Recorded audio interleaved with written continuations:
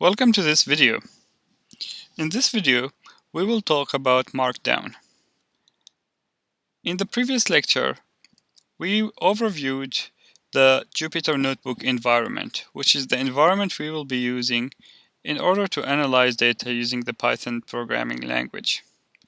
The Notebook environment combines different types of cells in order to provide a way for the analyst to document and describe their process, as well as typing in code in order to implement this process. Each one of these cells is highlighted when we click on the margin or on the cell itself. Once again, we can create new cells, delete existing cells, or simply shuffle these cells' order by clicking on the corresponding buttons on the toolbar. The type of the cell is indicated in the selection menu. A code cell means that whatever we type in this cell is going to be interpreted as Python code. So if I do 1 plus 1 or 1 plus 2 and hit run or shift enter, the notebook is going to interpret this as Python code, so it's going to evaluate this code, and the result of this evaluation is going to be listed after the cell evaluates. In this case, it's number 3. We can change, the code is the default type of a cell, but we can change the type of the cell by clicking on the drop-down menu and selecting one of the other possible types. So there are two types that we will be using. We'll be using Markdown, which is the type of the cell used to indicate that we're documenting our work. We're not typing computer code, we're typing English text.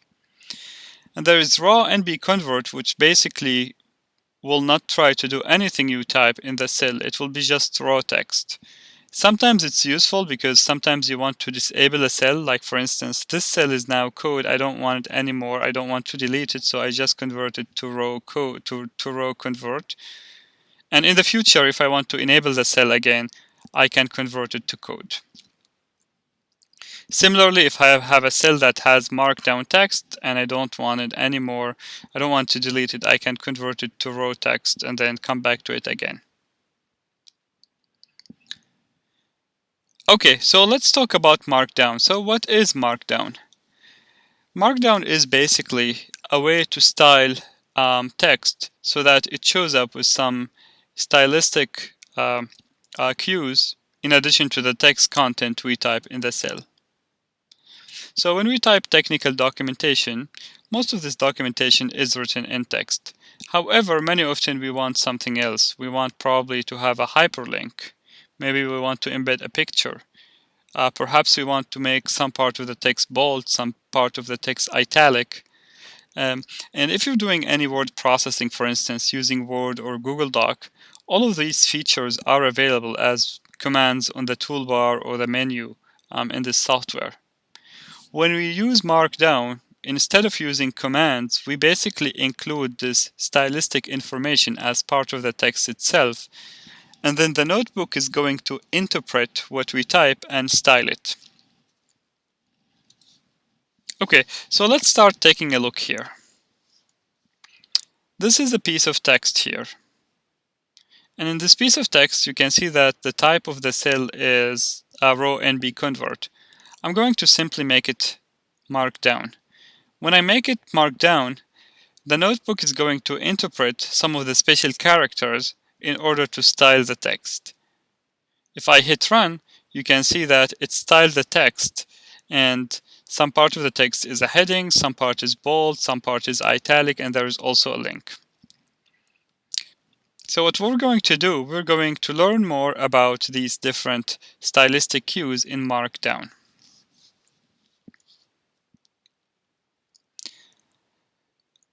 So first, let's talk about the basic styling of the text.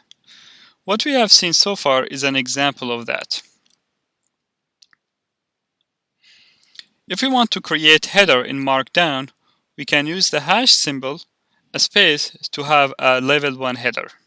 We will get to headers soon enough, but now let's look at how we make our text bold or italic. To make text bold or italic, we can use either double stars for bold or double underscores, and 1 star for italic or 1 underscore for italic. To create a link, we use the following syntax. We put the caption of the link in 2 square brackets and the link to the link itself in a parenthesis. Now again, this is the raw text, so it will not be interpreted as Markdown.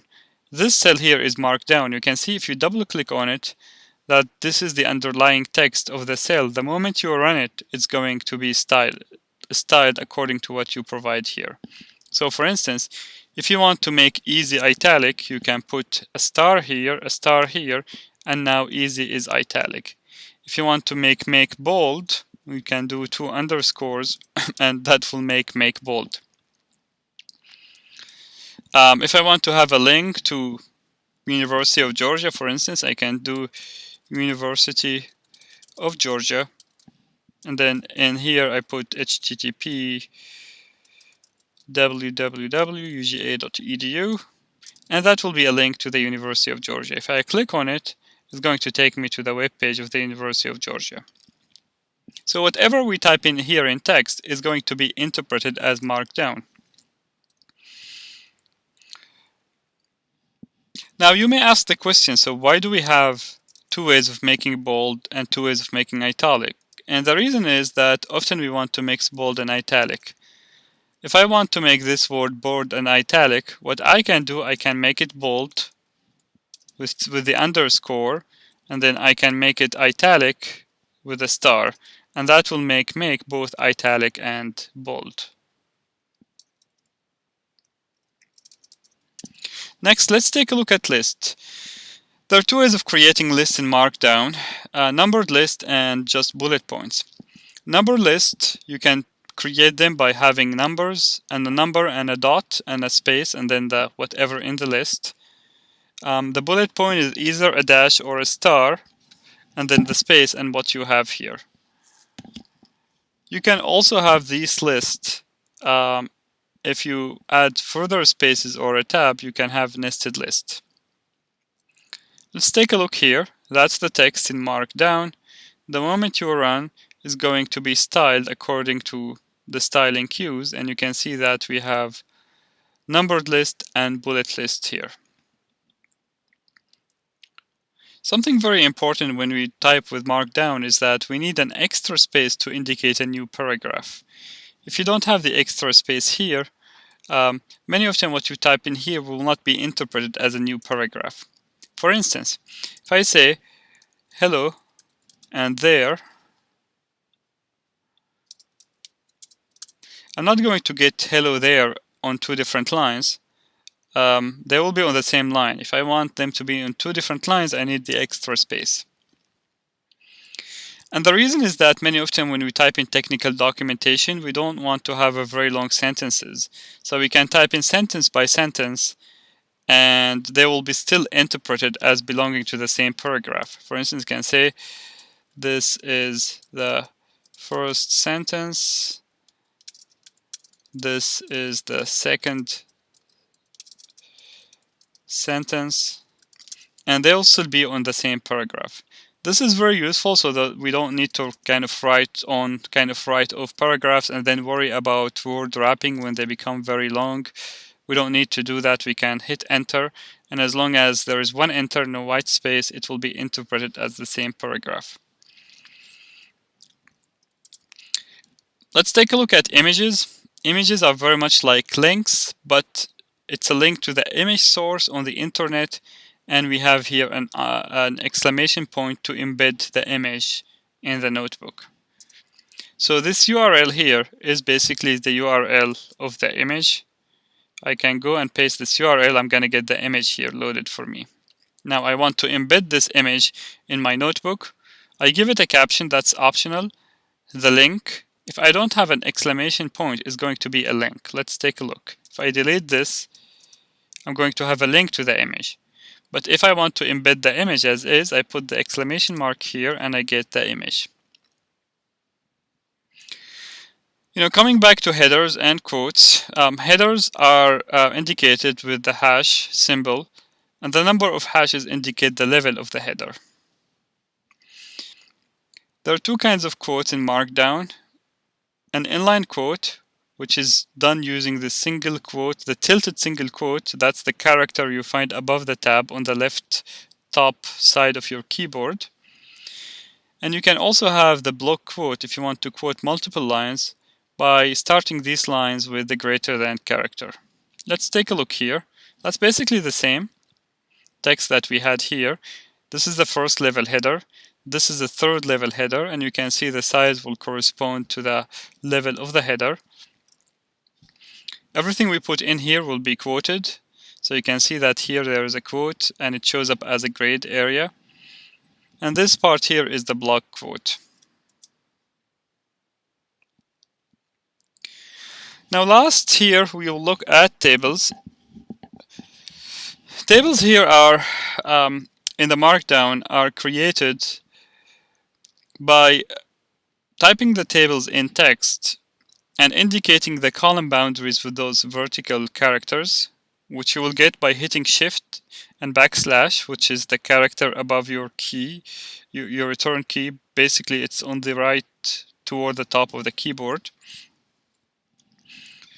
You need a header row, and then you need another row that has the spaces instead of text. And then you can have your rows here. Now, as we can see here, those are interpreted as a table here in the Markdown format. For instance, if I want to have a table that has two columns, A, B, let's do this. That's column A, that's column B, and that's the header column. Next, I want to have a separator column. And next, let's populate this table. Let's do A2 and B2, and let's put 3, 4 here. And what I get here is a mini table in Markdown. Again, tables in Markdown are not the very best way to create tables, so because you have to type in everything in text, and there are online tools that allows us to create tables easily in Markdown. So if you search for table creation tool in Markdown, you'll find plenty of these that allows you to kind of create your table, and then it will give you the Markdown text to plug in.